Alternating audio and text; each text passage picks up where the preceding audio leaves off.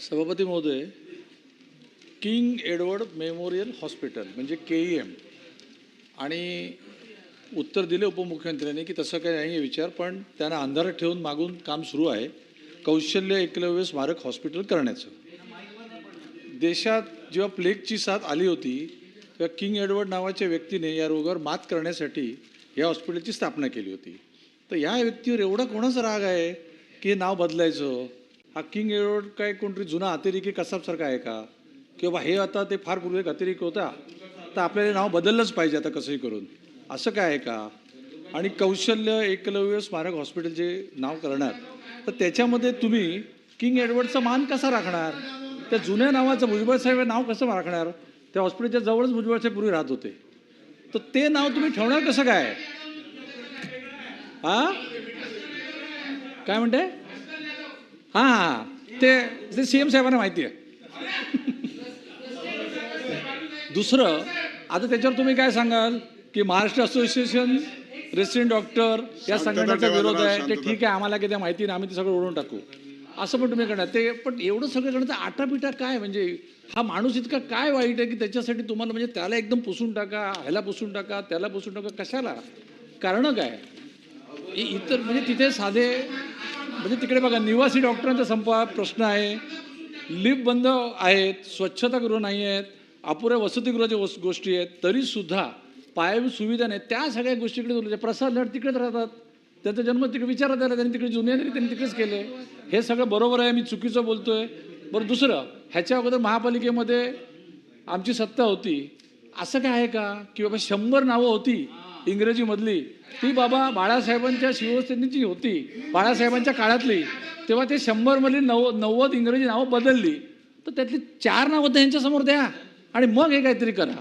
उगाच काहीतरी उपमुख्यमंत्र्यांना अंधारात ठेवून असं काही कृपया करू नका, कारण मग त्यांना ते वेगळ्या रीतीने काहीतरी मिशन हातात घ्यावं लागायला नको उदयजी. त्यामुळे त्या रीतीनेच तुम्ही सुद्धा पुढाकार घ्या आणि त्यांना तुम्ही वेळीच सावध करा, असं माझं मत आहे. प्रश्न आहे सभापतीमध्ये काय झालेलं आहे की ज्या माननीय पालकमंत्री महोदयांनी एवढं पोटतिडकीने हा नाव दिलं, जर तेच त्यांनी ट्रम्प टावरचं नाव बदली करून दिलं असता, वर्ल्ड वनचं नाव करून दिलं असतं, तर आम्ही त्यांचं स्वागत केलं असतं सभापती महोदय.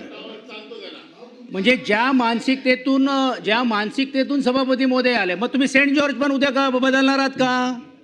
तर सभापती महोदय, माननीय सदस्यांनी सांगितल्याप्रमाणे सुविधा बघण्यासाठी तुम्ही काही करत नाही आहे.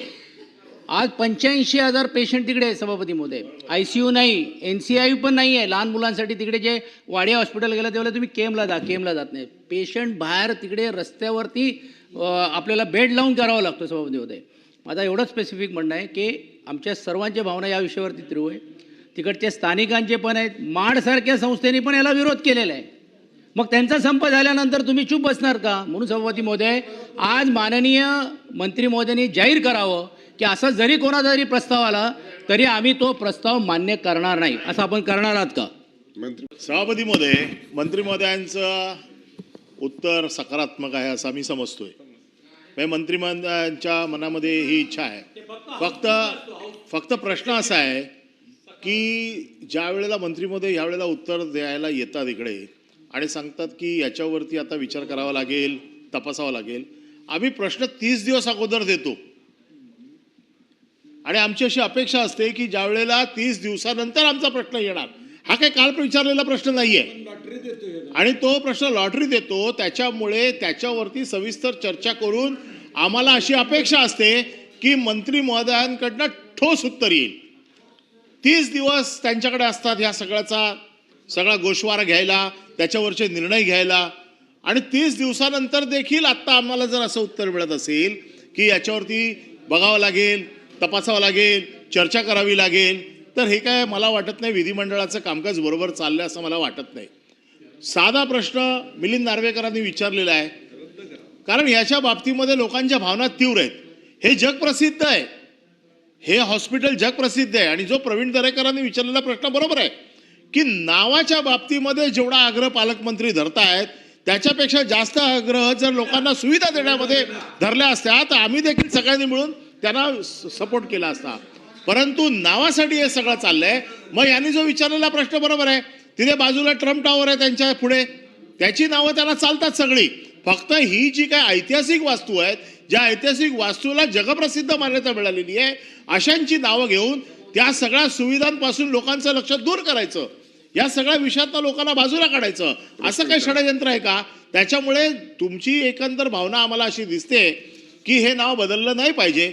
तर जे सचिन भाऊनी विचारलं की जर तुमचं मत झालेलं आहे की या प्रकारच्या नावामध्ये बदल होता का म्हणे, तर आपण सांगून टाका आपण सक्षम मंत्री आहात, एकदम सरकारचे नावाजलेले मंत्री आहात आणि आपला निर्णय कोण बदलेल अशी तरी आता महाराष्ट्राच्या राजकारणात परिस्थिती नाहीये. त्याच्यामुळे तुम्हाला हा पूर्ण अधिकार आहे असं आम्ही समजतो आणि म्हणून तुमच्याकडनं ही आम्ही अपेक्षा करतो. तुम्ही बाकीच्या मंत्र्यांनी आम्हाला सांगितलं बघू, चौकशी करू, मुख्यमंत्र्यांकडे विचारू. आता सध्या काय सगळे निर्णय घेण्याचे अधिकार तुमच्याकडे आहेत. त्याच्यामुळे तुम्ही ह्याच्या बाबतीमध्ये निर्णय घ्यावा अशी आमची मागणी आहे. तो निर्णय आपण आता जाहीर करावा आणि मुंबईतल्या तमाम लोकांच्या मनामध्ये हा जो प्रश्न आहे तो दूर करावा, एवढीच माझी मागणी आहे. मंत्री महोदय.